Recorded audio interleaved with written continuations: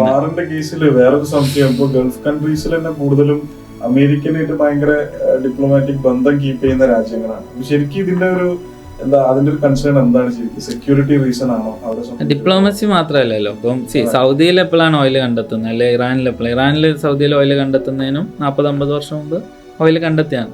Middle ഈസ്റ്റിന്റെ പ്രശ്നം എന്ന് വെച്ചാൽ നിങ്ങളെ ഭൂമിന്റെ അടിയിൽ എണ്ണ ഉണ്ടായിട്ട് കാര്യമില്ല. അത് കുഴിച്ചെടുക്കാനുള്ള എക്യുപ്മെന്റ്സ് വേണം, എഞ്ചിനീയറിംഗ് പ്രോവസ് വേണം, അത് വിൽക്കാനുള്ള ഗ്ലോബൽ മാർക്കറ്റും വേണം. ഇതൊക്കെ കൊടുത്തത് അമേരിക്കയാണ്.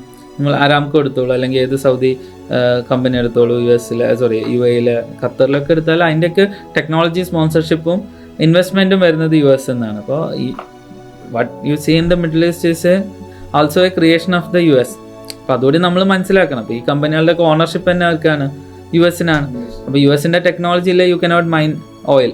ഭൂമിൻ്റെ അടിയിൽ കുറേ ഓയിൽ ഉള്ളതുകൊണ്ട് നിങ്ങൾക്ക് കാര്യമില്ലല്ലോ, ബുർജ് ഖലീഫ ഉണ്ടാക്കാൻ പറ്റില്ലല്ലോ, അതിന് പൈസ വേണ്ടേ? പൈസ കിട്ടണമെങ്കിൽ ഇത് കുഴിച്ചെടുക്കാനുള്ള ടെക്നോളജി അത്ര സിമ്പിളാണ്. പക്ഷെ അതങ്ങനെ പറയാറില്ല. അപ്പോൾ ആ ടെക്നോളജിക്കൽ ബാക്ക്ഗ്രൗണ്ട് കൊടുക്കുന്ന ഇവരാണ്, മാർക്കറ്റ് കൊടുക്കുന്നത് ഇവരാണ്. സ്വാഭാവികമായിട്ട് അവിടെ ഭരിക്കുന്ന ആളുകൾക്കും അവിടുത്തെ പൊളിറ്റിക്കൽ സിസ്റ്റമൊക്കെ അതിന് അലൈൻഡ് ആയിരിക്കും. അതിൽ തെറ്റൊന്നും പറയാൻ പറ്റില്ല.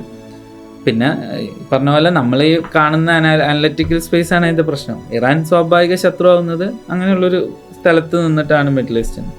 അപ്പം അതൊക്കെയാണ് നമ്മൾ മനസ്സിലാക്കേണ്ടത്. ഓക്കെ, പിന്നെ ഇതിൽ തന്നെ ഈ വാറില് ഡോളറിനെ കുറിച്ച് എപ്പോഴും എല്ലാവരും സംസാരിക്കുന്നത്, ഡോളറിന്റെ ഒരു സെക്യൂരിറ്റി അത് പറഞ്ഞല്ലോ. അതായത് നമ്മുടെ കറൻസിൻ്റെ സ്ട്രെങ്ത് എന്ന് പറഞ്ഞാൽ നമ്മുടെ ആർമീൻ്റെ സ്ട്രെങ്ത് ആണ്. അതായത് way you can protect yourself. അപ്പോൾ അമേരിക്ക ഉണ്ടാക്കിയുള്ള ഒരു സിസ്റ്റമാണ് ഇന്നത്തെ വേൾഡ് ഓർഡർ. അപ്പോൾ അത് ഡിഫെൻഡ് ചെയ്യാൻ US-ന് എത്രത്തോളം കഴിയുന്നോ അത്രത്തോളം സ്ട്രെങ്ത് എന്തിനുണ്ടാവും? ഡോളറിനുണ്ടാവും. ഇപ്പോൾ നന്നായി കഴിയുന്നുണ്ട് എന്ന് ലോകം വിശ്വസിക്കുന്നതുകൊണ്ടാണ് ഡോളറിന് സ്ട്രെങ്ത് ഉള്ളത്. മാറുമ്പോൾ അത് മാറും, അത്രേ ഉള്ളൂ.